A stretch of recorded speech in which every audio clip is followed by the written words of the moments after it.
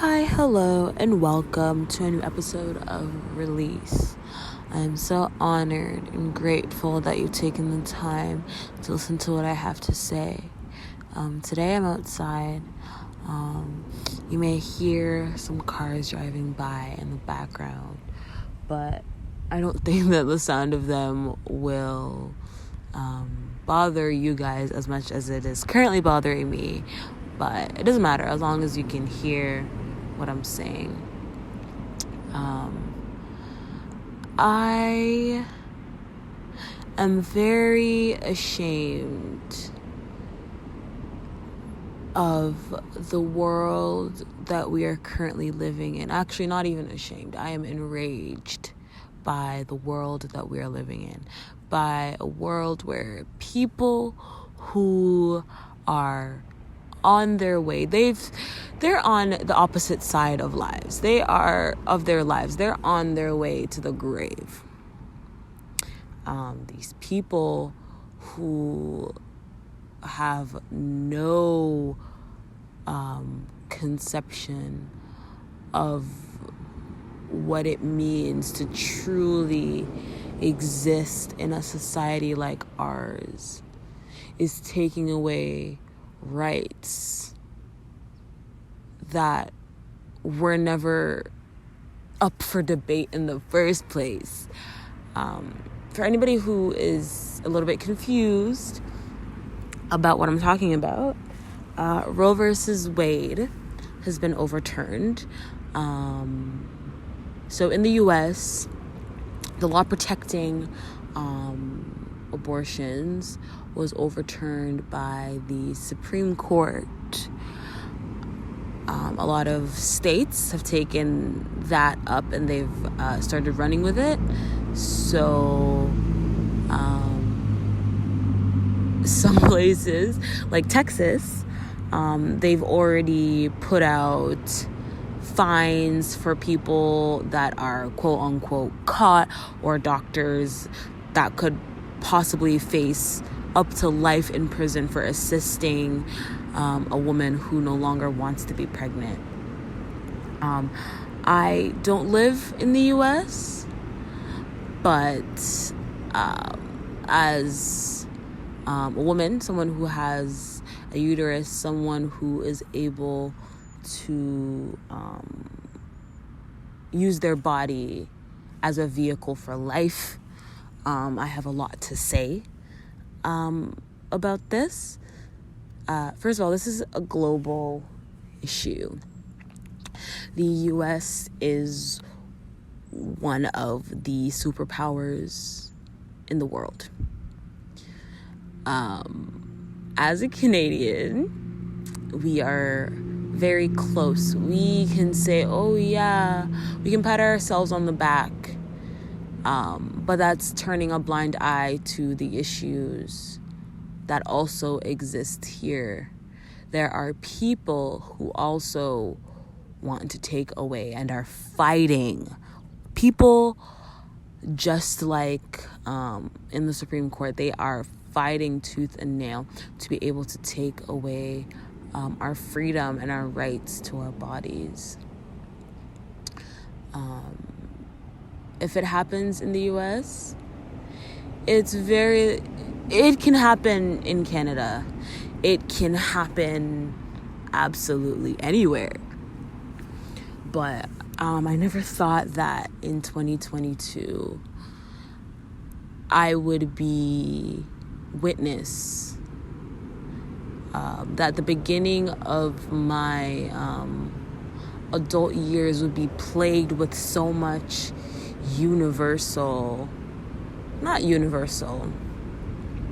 globally shared trauma. See, first it was COVID, and we had to deal with a lot of things where we're still seeing the repercussions. And then now we have Roe versus Wade. We also have the law stating that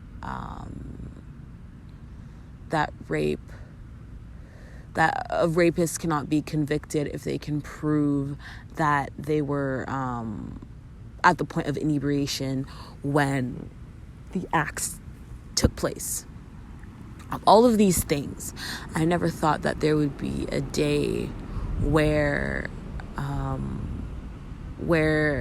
freedom of existence would be so entangled and would be up to the hands of people who already do not have these issues in their immediate environment. These issues are not actively their own concerns. I know, like, from a spiritual perspective, I already see what is happening. Our generation is actively waking up to the bullshit that is occurring, right?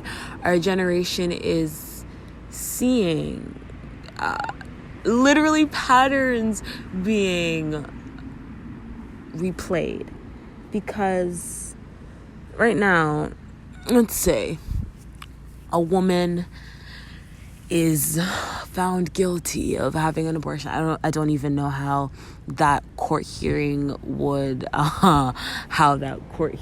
even sound like, or the words that they would say. But if a woman is found guilty of getting an abortion, she now can face, depending on the state, right? She can either face life in prison or some kind of prison, because technically they're saying that it's under the same category as murder, right? So a heavy prison sentence plus a criminal record, which means that woman would not be able to vote, which means that the uterus owner won't be able to speak up. So they take away your physical rights first, and then they take away your voice.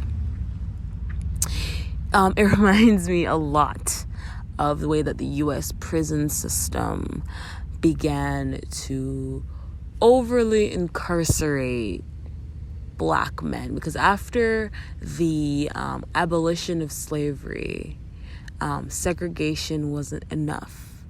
So the police went into Black areas, or predominantly Black areas. They would over police, and then basically they made everything illegal. Loitering's illegal, this is illegal, that's illegal. So they have a lot of space. They have grounds to arrest and basically re-enslave innocent people. Take away all of their rights, and all they want to do is keep us oppressed. And when I talk about Black men and the prison system, because this is the population that is going to be most affected. It's going to be women of color. It's going to be poor women. Because the rich white women, let's say that these Supreme Court justices, women, whatever their official term is, say that these women on the Supreme Court, let's say that they were still at childbearing age, right? Let's say that one of them found themselves pregnant and they just can't go through with the pregnancy as a choice. They have the privilege to get on a plane.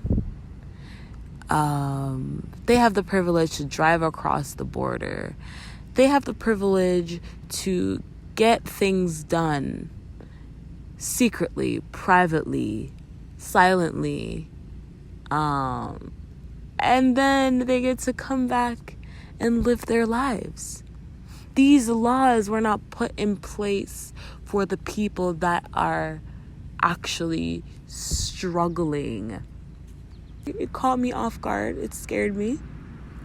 But anyway, these laws were not put into place for the women that are actually going to be affected by these laws.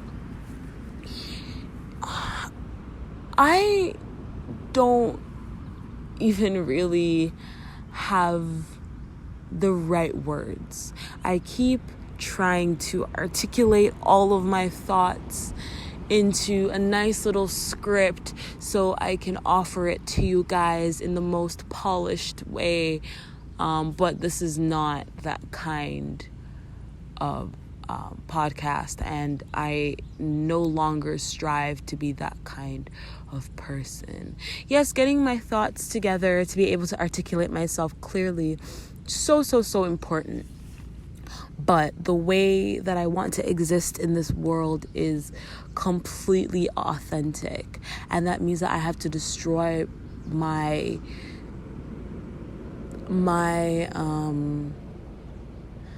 desire for perfection, because nobody is perfect. And the issues that I talk about on here, or the human rights issues that I speak about, are not nice, pretty, polished issues. It's dirty and mucky and confusing, and there are people dying left and right. Because simply put, access to abortions saves lives. There are no ifs, ands, or buts about it. They save lives. If a woman has a non-viable pregnancy, if the baby dies in her uterus, they have to have an abortion to get the fetus out of the mother. Whatever, if there's some kind of medical issue that affects the pregnancy and it results in the baby not being able to be brought to full term, the solution is an abortion. If these women do not get abortions, they will die. Access to abortions saves lives. And let's say that this woman, let's say a woman carries a baby to full term, right? And she is forced to have this child. In her local community, there are no safe options for her to be able to keep her body safe, because we need to remember that these abortion laws are not put in place for the babies, for the children. They're put in place for the people that are having the children. People that are sacrificing their bodies to house another human. Those are the people whose lives are being put on the line. So let's say this girl finds herself pregnant. Let's say that she lives in less than ideal conditions. And now she's being forced to bring a child to life. The government is only in your bedroom and in your home when it is pleasing to them. Because after that child is born, are they providing all the things that mother needs for that child? No. Are they providing free, proper health care for that mother and child? Are they putting in place possible medical bills? Let's say that that child is disabled or in need of multiple hospital visits. Are they giving that child free healthcare? Is that child's post-secondary education taken care of?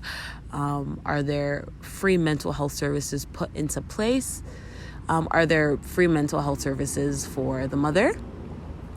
And I use free because they are not giving these mothers jobs. They are not offering these mothers a viable source of income. Minimum wage isn't even livable. They are literally setting us up to fail. They're setting us up to fail. Like, these people are just doing shit and pulling shit out of their asses because they won't be alive to feel the repercussions. They believe that our generation has things way too easy. So what are the things that they didn't have that we have now that they don't like? Again, it's not even like, it's things that they don't agree with. Because they're using, just like, and again, when I say things about Christianity or about the Bible, I'm not a Bible hater. The Bible is a book that is full of knowledge, regardless of if you believe in it or not. If you can understand the symbolism, you understand that the Bible, just like if you were to read the Quran or if you were to read the Torah or whatever religious books, they're about evolution of consciousness. How do you become more like God? Meaning, not to become a perfect person, but meaning, how do you embody love, wisdom, whatever characteristics God looks like or God has for you? How do you embody those? That is the manual. Once you understand how to communicate and you understand how to basically decode the message, right? And when it comes to Christianity, I have nothing against the religion. It's just the things that I have experienced and the ways that Christianity has been used to oppress communities that I am a part of. It doesn't make me the happiest to support the institution itself. But just like Christianity and the Bible were used to justify enslaving people for hundreds of years, it's the same thing that they're using to justify this grotesque bill. Removal, overturning, whatever you want to call it. This is the same thing they're using to justify it. Because they say, okay, abortion is wrong in the Bible. We are going to be good citizens of the U.S. and we are going to ban it because it is against the Bible, and the Bible is the law on which we stand. The U.S., there have been so many fucking killings, random acts of violence, random murders, and they still won't put any laws on guns. They still aren't looking at the issues that are actually affecting they get to pick and choose basically what they look at. They only look at the things that they believe are important. Like, the people that are controlling our world are being led by a book and being led by knowledge that they don't even understand.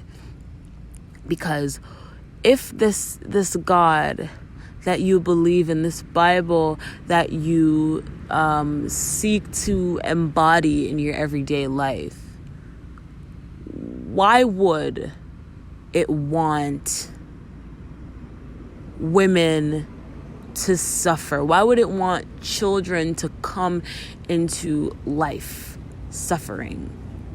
Because if you really break this down, this child is going to come into life, and the mother may have feelings of resentment towards their child simply because they were forced and they weren't ready to bring that child to life. They weren't ready to use their bodies yet as a vehicle for life. And that is their choice to make. None of these services needed for a child in all of their stages, none of those are being provided. Yet it only stops at, we're gonna stop the right to access abortions because of the Bible. That's where it stops for them. They don't see the repercussions. They will never see the repercussions of all of the shit that they're doing to us, my generation, the people that are breaking into the world right now, the adults that are going to be suffering in this world, that these people that are creating the laws, I've already said it, but it's just so shocking that these people who are corrupt, out of date, out of touch with the society and the things that we as a society find important, they are the ones that are creating and carving out the world that we are living in. That's completely fucking bogus. That's bullshit. That's absolute fucking bullshit. This shit fucking enrages me. It pisses me off. And I'm so sorry that I'm swearing so much. I don't normally swear this much unless it's anger. But this does make me really, really angry. But I think that's all I'm gonna say about this today. For all those who are currently on social media right now, it is important to engage. So speak up about how you feel. Speak up, repost things, share, retweet, whatever the fuck you need to do. But as important as it is to engage, it is also important to detach. You need to know your limits, because this stuff is draining, and going on social media and only seeing how your own bodily rights are being stripped and how society doesn't think that you are capable of understanding or understanding the choices that you're making for your body is garbage. But please be safe at this time. If you are an American, they are instructing people to delete all period tracker apps from their phones. Please try your best not to talk about your own abortions or stuff over like social media or over text, because the government is also watching that shit really heavily. So be careful, please. For those who are not Americans, also be careful. I've been seeing a lot of people that are around the world that are opening up their homes to people that they don't know, women, uterus owners that may be in dire need of a life-saving procedure. And it's so beautiful, even though it's such a dark thing for us to be, not bonding over, but connecting and opening our hearts up for. It's a really fucked up thing that's the thing that shows how much unity and community we have in each other. But it's the world that we live in. It's what we have to fight with. And I know my generation, my people are definitely fighters, and there will be protests, and there will be Twitter call-outs, and there will be videos, and there will be so much. But be safe. Stay safe. I love you guys, and I'll talk to you guys in the next episode. Bye.